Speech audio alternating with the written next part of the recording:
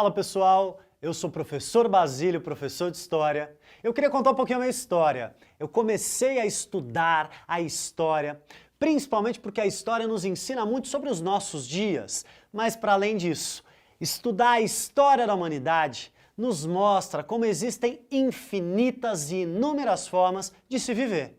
E nenhuma forma é melhor do que a outra. A gente precisa não hierarquizar, mas a gente precisa principalmente entender a diversidade de formas de existência. Então, nesta aula nós vamos conversar sobre Antiguidade Oriental. E por que Oriental?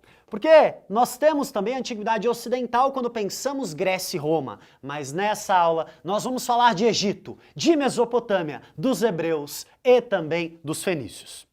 Essas sociedades que vão se formar principalmente à margem dos grandes rios, principalmente Egito e Mesopotâmia, são chamadas de sociedades hídricas. Rapaziada, para pensar. O que é fundamental para a existência humana?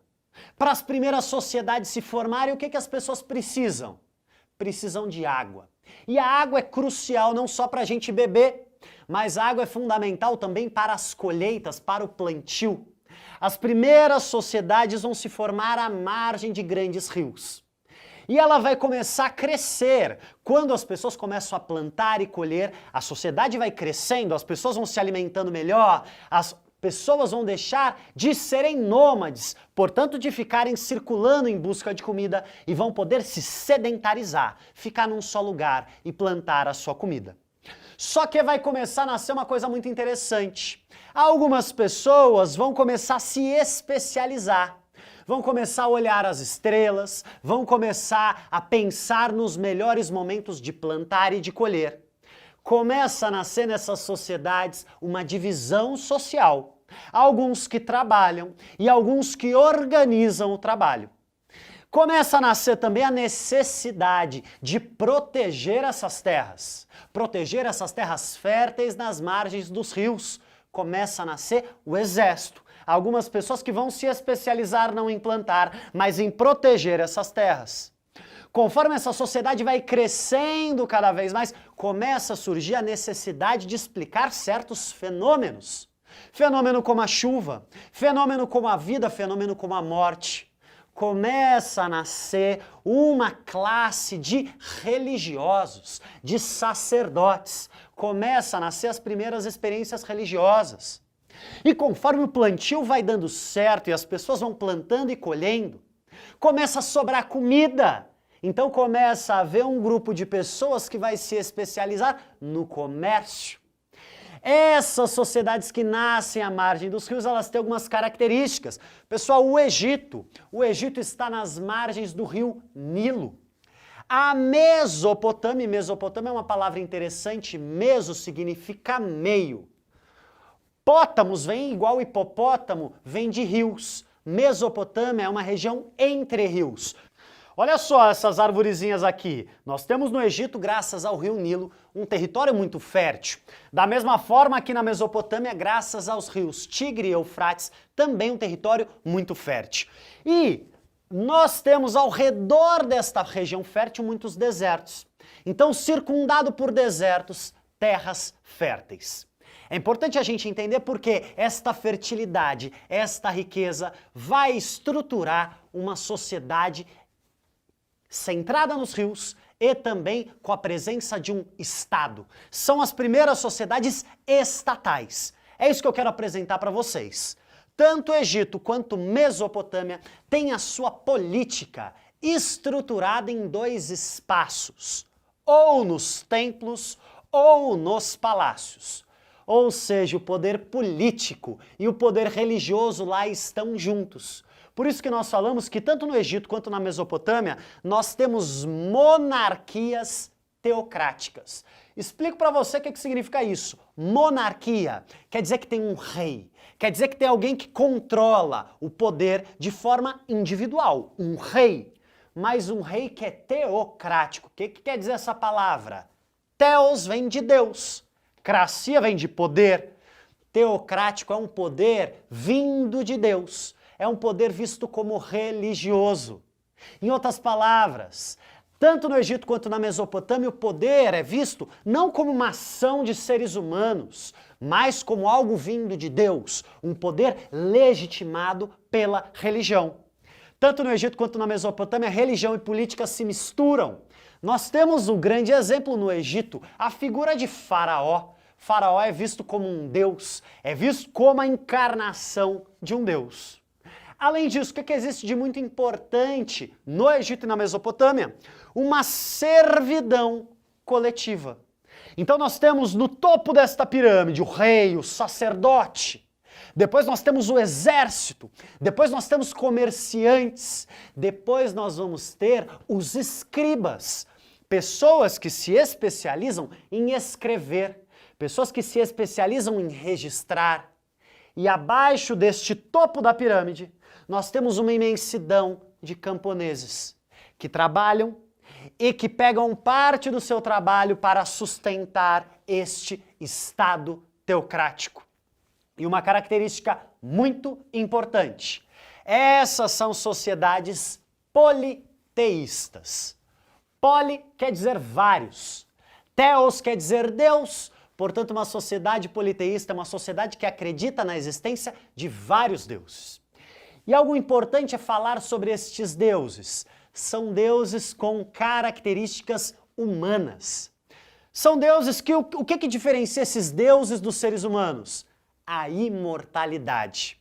Porque esses deuses politeístas, eles amam, eles odeiam, eles têm fome, eles têm sono, eles têm desejo. Então são deuses que têm características humanas. Esses deuses são usados muitas vezes para explicar fenômenos da natureza.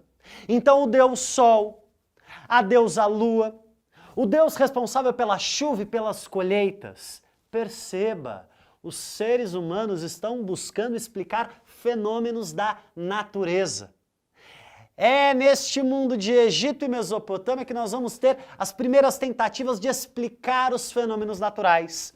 A organização de um Estado burocratizado. É aí que vai nascer a escrita. Para alguns historiadores, é quando surge a escrita que surge a história. Essa é uma visão bastante complicada, porque muitos povos que não têm escrita, porque afinal não precisavam de escrita, são povos com história. Mas o que nos interessa nesse momento é que no Egito e na Mesopotâmia nasce a escrita. Mas essa é uma forma de existir nesta antiguidade oriental. Existem diferentes sociedades e eu quero apresentar para vocês mais duas.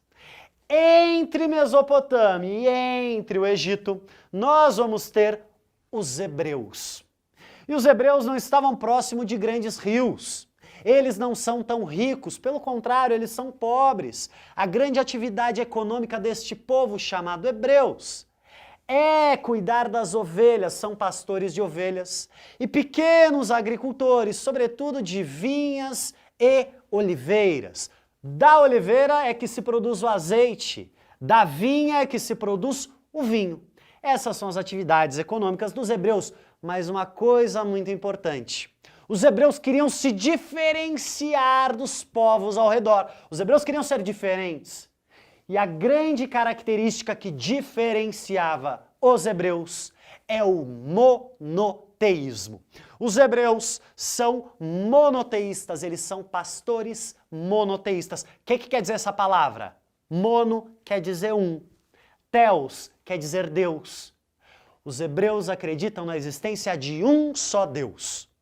Os hebreus acreditam que este Deus ele não tem características humanas, mas que ele é um Deus diferente, distante. Ele é um Deus ético. Ele é um Deus que não se comporta como os seres humanos, mas que ele é sempre bom.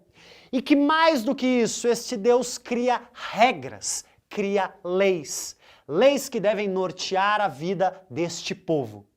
Por meio do monoteísmo, os hebreus vão se diferenciar dos outros povos ao redor, porque afinal os outros povos eram politeístas.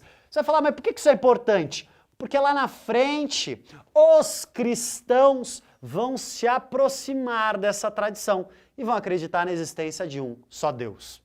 Mas nem só Egito, Mesopotâmia e hebreus. Nesta antiguidade oriental, nós também vamos ter os fenícios. Os fenícios eram grandes comerciantes. Os fenícios, que habitavam aqui próximo ao litoral, os fenícios não tinham nem rios, nem ovelhas, então os fenícios buscavam se virar. Os fenícios buscavam sobreviver como desse, e eles eram pequenos comerciantes. Eles eram grandes vendedores ambulantes pelos mares. E desta forma, eles, por meio do comércio marítimo, vão ter uma forma de existência muito fragmentada. Cada comerciante vai buscar ali estabelecer o seu ponto de comércio, e os fenícios vão criar o alfabeto.